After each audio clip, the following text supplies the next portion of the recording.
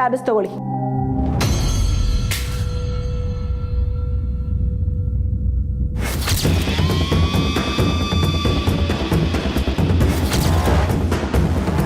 ಅಪ್ಪಯ್ಯ, ಯಾಕೆ ಹಿಂಗ್ ಮಾಡ್ತಿದ್ದೀರಾ?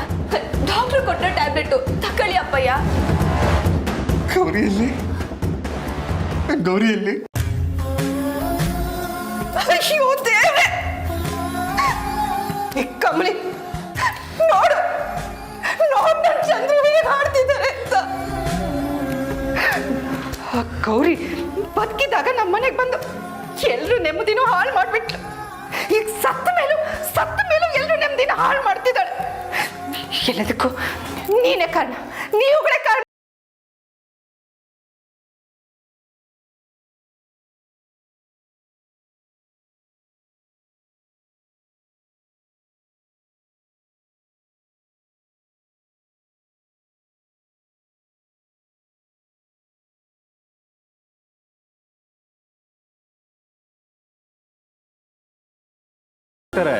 ನೋಡಿ, ನಿಮ್ಗಿರೋ ಫ್ರಸ್ಟ್ರೇಷನ್ನ ಕಮಲಿ ಮೇಲೆ ತೋರಿಸ್ಕೊಂಬೇಡಿ.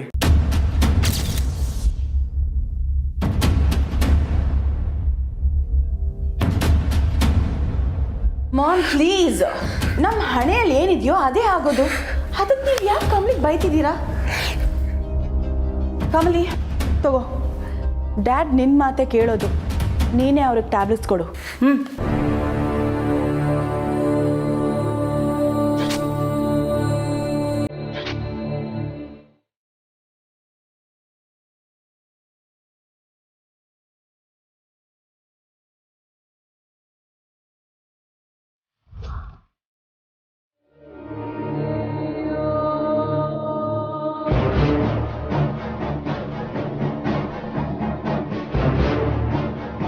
ಅಪ್ಪಯ್ಯ, ಅಯ್ಯ, ಅವ ಬರ್ತಾಳೆ, ಟ್ಯಾಬ್ಲೆಟ್ ತಕೊಳ್ಳಿ. ನನ್ ಗೌರಿ ಬರ್ತಾಳೆ. ಎಲ್ಲಿದ್ದಾಳೆ? ಎಲ್ಲೋಗಿದ್ದಾಳೆ?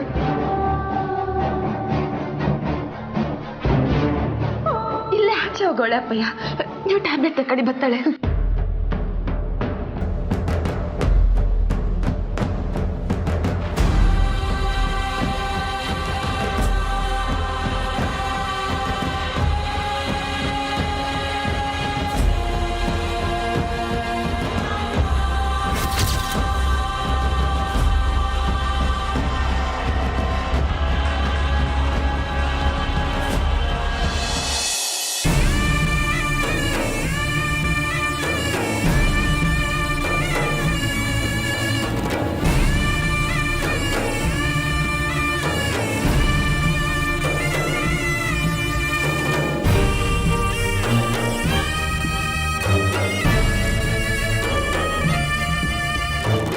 ಅನ್ನಪೂರ್ಣಮ್ಮ ಅವರೇ, ನಿಮಗೆ ಧೈರ್ಯ ಹೇಳೋಷ್ಟು ವಯಸ್ಸಾಗಲಿ ಅನುಭವ ಆಗಲಿ ನನಗಿಲ್ಲ. ನಮಗೆಲ್ಲ ಏನಾದರೂ ಕಷ್ಟ ಬಂದಾಗ, ಸಮಸ್ಯೆ ಬಂದಾಗ ನಮಗೆ ಧೈರ್ಯ ಹೇಳಿ ಆಧಾರವಾಗಿ ನಿಲ್ತಾ ಇದ್ದವರೇ ನೀವು. ನೀವೇ ಹೀಗಿದ್ರೆ ನಾವೇನು ಹೇಳೋದು? ಧೈರ್ಯ ಹೇಳ್ಕೊಂಡು ಸಮಾಧಾನ ಮಾಡಿಕೊಂಡ್ರೆ ಏನು ಪ್ರಯೋಜನ ತಾರ? ಆ ದೇವ್ರು ಎಷ್ಟು ಕ್ರೂರಿ ನೋಡು. 18 ವರ್ಷ ನಂಟನ್ನೇ ಕೊಡದೆ ಈಗ ಕೊಟ್ಟು ಅಷ್ಟು ಬೇಗ ಕಿತ್ಕೊಂಡ್ಬಿಟ್ನಲ್ಲ.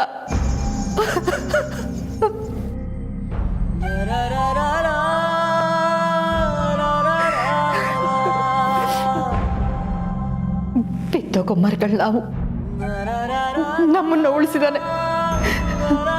ಬಾಳಿ ಬದುಕಬೇಕಾಗಿರೋದು ಗೌರಿ, ಅವಳನ್ನ ಕಿತ್ಕೊಂಡ್ಬಿಟ್ಟ.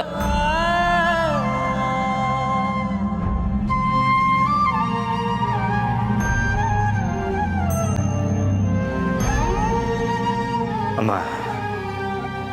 ನೀವು ದೊಡ್ಡವರು, ನೀವು ನಮ್ಮ ಮುಂದೆ ಕಣ್ಣೀರು ಹಾಕ್ತಾ ಕೂತ್ರೆ ನಮ್ಮಿಂದ ನೋಡೋಕ್ಕಾಗಲ್ಲ. ತಾರ ಹೇಳ್ದಾಗೆ ನಿಮ್ಗೆ ಹೇಗೆ ಸಮಾಧಾನ ಹೇಳಬೇಕು ನಮ್ಗೆ ಗೊತ್ತಾಗ್ತಿಲ್ಲ. ಹಾಂ, ಆಗ್ಬಾರ್ದಾಗೋದು. ಹಾಗಂತ ಅದ್ರ ಬಗ್ಗೆ ನೀವು ಯೋಚನೆ ಮಾಡ್ತಾ ಕೊರಗ್ತಾ ಕೂತ್ರೆ ಹೇಗಮ್ಮ?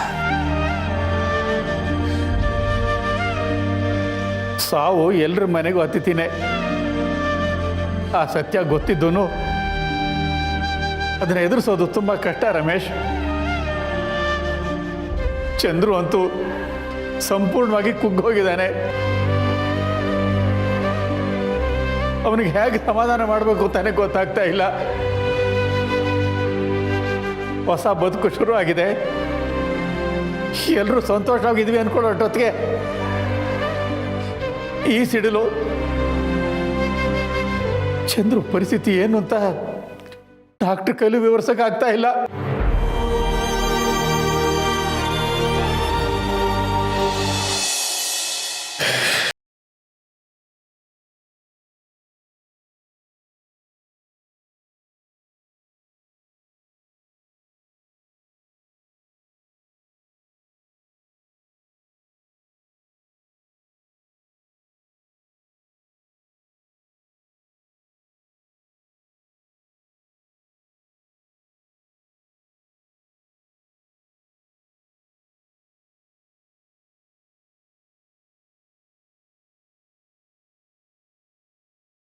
ಮಾತ್ರೆ ಕೊಟ್ಟಾಗ ಹಿಂಗೆ ಆಡ್ತವ್ರೆ, ಏನಾಯ್ತು?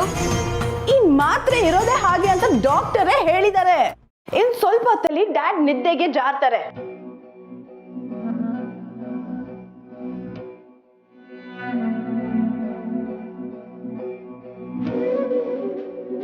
ಬನ್ನಿ ಭಯ, ಬನ್ನಿ ಮನೆ ಕಳಿ.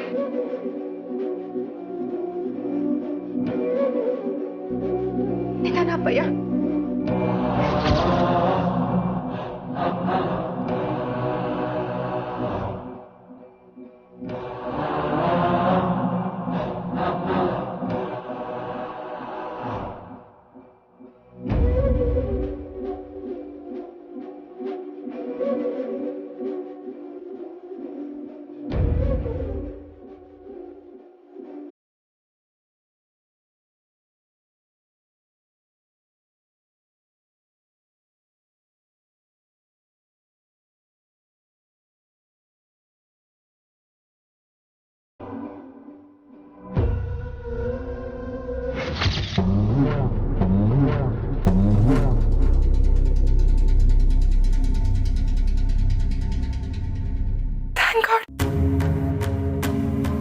ಬೇಬಿ ಸರಿಯಾದ ಟೈಮ್ಗೆ ಡಾಕ್ಟರ್ ಕೊಟ್ಟಿರೋ ಟ್ಯಾಬ್ಲೆಟ್ ಕೊಟ್ಟು ಒಳ್ಳೆ ಕೆಲಸನೇ ಮಾಡಿದೆ. ಇಲ್ಲ ಅಂತಿದ್ರೆ ಏನಾಗ್ಬಿಡ್ತಿತ್ತೋ ಏನೋ.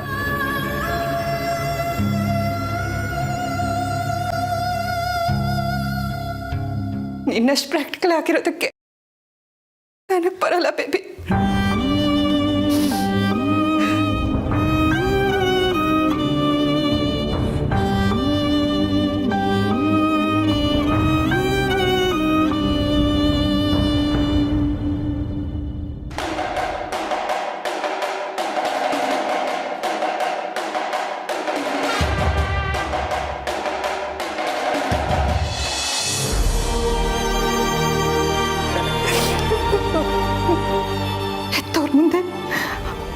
ಮಕ್ಕಳಿಗೆ ಏನು ಆಗಬಾರ್ದು.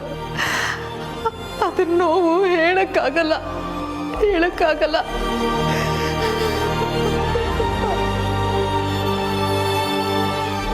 ದಯವಿಟ್ಟು ನೀವು ಅದನ್ನೇ ಯೋಚನೆ ಮಾಡಬೇಡಿ. ನೀವಿದ್ದು ಮಾಡಬೇಕಾಗಿರೋದು ತುಂಬ ಇದೆ ಅನ್ನಪೂರ್ಣಮ್ಮವ್ರೆ. ನಿಮ್ಮನ್ನ ಹೀಗೆ ನೋಡೋಕ್ಕೆ ನನ್ನ ಕೈಲಿ ಆಗ್ತಾ ಇಲ್ಲ. ನೀವು ಮತ್ತೆ ಮೊದಲಿನ ಥರ ಆಗಬೇಕು. ನಮಗೆ ಮಾರ್ಗದರ್ಶಿಗಳಾಗಬೇಕು. ಹೇಗೆ ತಾರ, ನನ್ನ ಕಣ್ಣು ಮುಂದೆನೆ ನನ್ನ ಸೊಸೆನ ಕಳ್ಕೊಂಡೆ. ಇಷ್ಟೆಲ್ಲ ಆಸ್ತಿ ಅಂತಸ್ತು ಇದ್ದು ಏನು ಪ್ರಯೋಜನ ಆಯ್ತು ಹೇಳು? ಸಮಾಜದಲ್ಲಿ ಎಷ್ಟು ಒಳ್ಳೆ ಹೆಸರಿದ್ರು ಯಾರಿಗೆ ತಾನೇ ಲಾಭ? ನನ್ನ ಸೊಸೆನ ನನ್ನ ಕೈಲಿ ಉಳಿಸ್ಕೊಳಕ್ ಆಗ್ಲಿಲ್ಲ.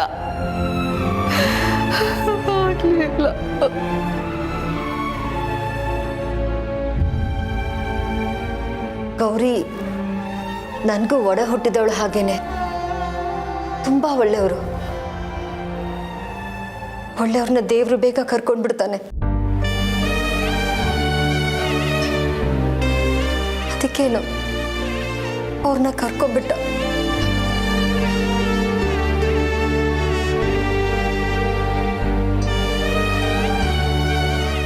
ಅಮ್ಮ,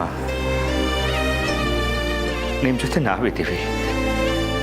ನೀವು ದಯವಿಟ್ಟು ಯಾವುದಕ್ಕೂ ಚಿಂತೆ ಮಾಡಬೇಡಿ. ಚಂದ್ರು ನನ್ನ ಜೀವದ ಗೆಳೆಯ, ಅವನಿಗೇನೂ ಆಗಲ್ಲಮ್ಮ. ಅವನು ಬೇಗ ಹುಷಾರಾಗ್ತಾನೆ, ಆ ನಂಬಿಕೆ ನನಗಿದೆ.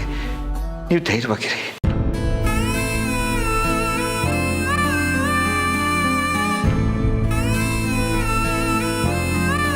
ಯಾವ ಜನ್ಮದಲ್ಲಿ ಏನು ದ್ರೋಹ ಮಾಡಿದ್ನೋ ಏನೋ, ಈ ಜನ್ಮದಲ್ಲಿ ಇನ್ನೂ ಅನುಭವಿಸ್ತಾ ಇದ್ದೀನಿ.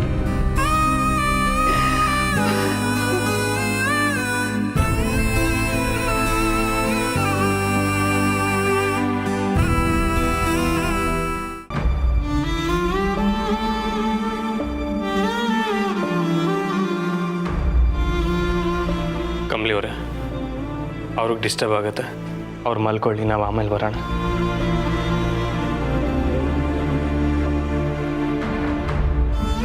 ವೇಟ್ ರಿಷಿ, ಕಮ್ಲಿ ಹೋಗ್ಲಿ, ನೀನ್ ಇಲ್ಲೇ ಇರು.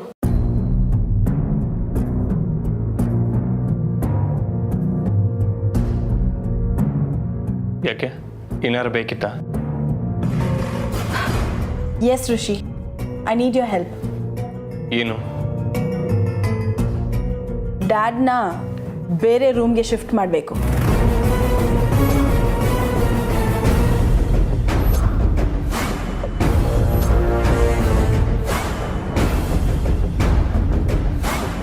ಬೇರೆ ರೂಮ್ಗ? ಯಾಕನಿಕ, ಇಲ್ಲೇನಾಗೈತೆ? ರಿಷಿ, ಮೇಲಿರೋ ರೂಮ್ ಇದೆಯಲ್ಲ, ಅಲ್ಲಿಗೆ ಶಿಫ್ಟ್ ಮಾಡಬೇಕು. ಅದೇ ಯಾಕೆ ಅಂತ ಕಮಲಿ ಅವ್ರು ಕೇಳ್ತಿರೋದು. ದಿಸ್ ಆಲ್ರೆಡಿ ದೊಡ್ಡಮ್ಮನ ಕಳ್ಕೊಂಡಾಯ್ತು, ಈಗ ನನ್ನ ಮಾಮ್ನು ಕಳ್ಕೊಳ್ಳೋಕೆ ನಂಗೆ ಇಷ್ಟ ಇಲ್ಲ ರಿಷಿ.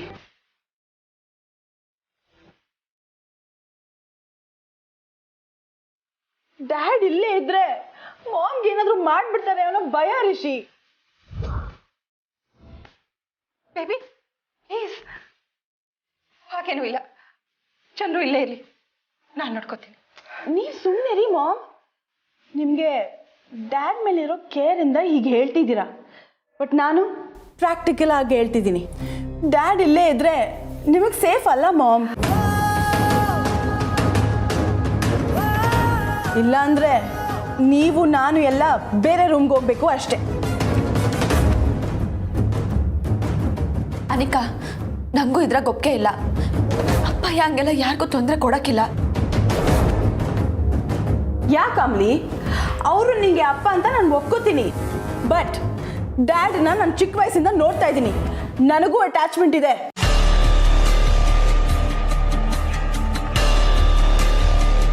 ಅಪ್ಪನ ವಿಷಯದಲ್ಲಿ ಈ ಚಿಕ್ಕ ಫ್ರೀಡಮ್ ಇಲ್ಲ ಅಂದ್ರೆ ಬೇಡ ಬಿಡು.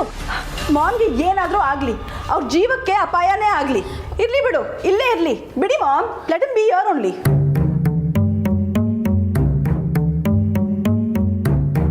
ಸರಿ ಸರ್, ಬೇರೆ ರೂಮ್ ಕರ್ಕೊಂಡು ಹೋಗಮ್ಮ. You sure? ಹ್ಞೂ ಸರ್.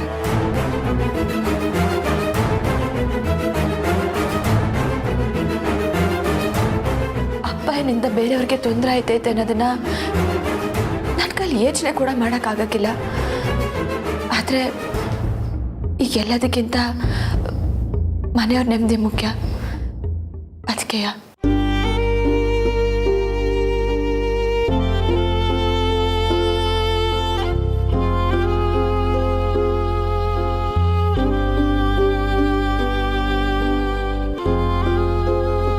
ಅಪ್ಪಯ್ಯ, ಅಪ್ಪಯ್ಯ,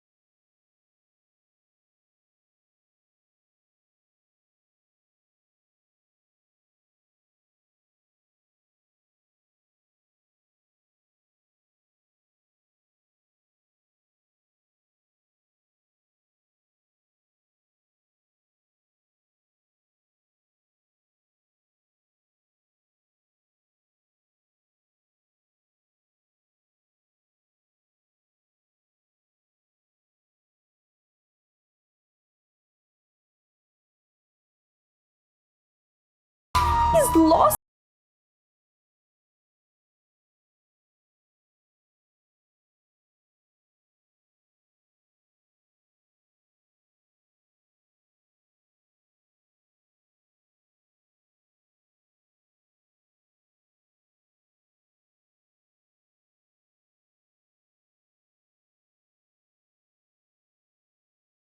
ಹಾಗಾಗಿ ನೀನೇ ಹೀಗೆ ಮಾತಾಡೋದು ಸರಿಯಲ್ಲ. Okay fine, I am sorry.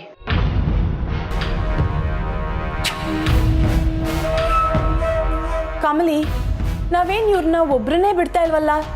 ತಿಂಡಿ ತಿನ್ಸೋಕ್ಕೆ, ಊಟ ಮಾಡ್ಸೋಕ್ಕೆ, ಮೆಡಿಸಿನ್ ಕೊಡ್ಸೋಕ್ಕೆ ಬರಲೇಬೇಕಲ್ವಾ? ಮಾಮ್ ಡ್ಯಾಡನ್ನ ಯಾವತ್ತೂ ಬಿಟ್ಕೊಡಲ್ಲ. You don't worry.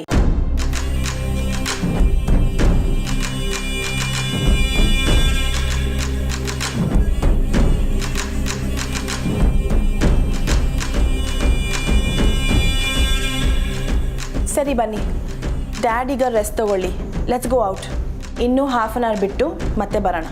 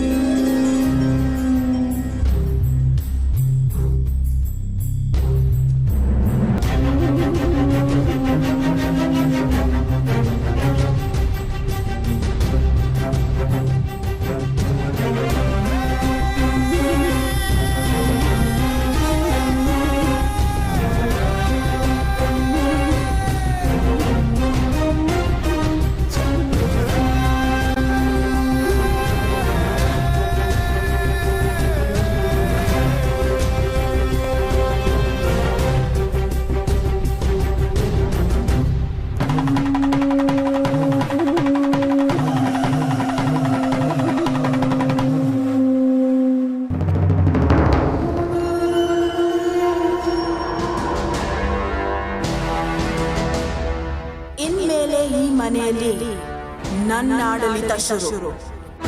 ಎಲ್ರೂ ನಾನ್ ಹೇಳ್ದಂಗೆ ಕೇಳ್ಕೊಂಡು ಬಿದ್ದಿರ್ಬೇಕು. ಎಲ್ಲಾನು ನಾನ್ ಹೇಳ್ದಂಗೆ ನಡಿಬೇಕು.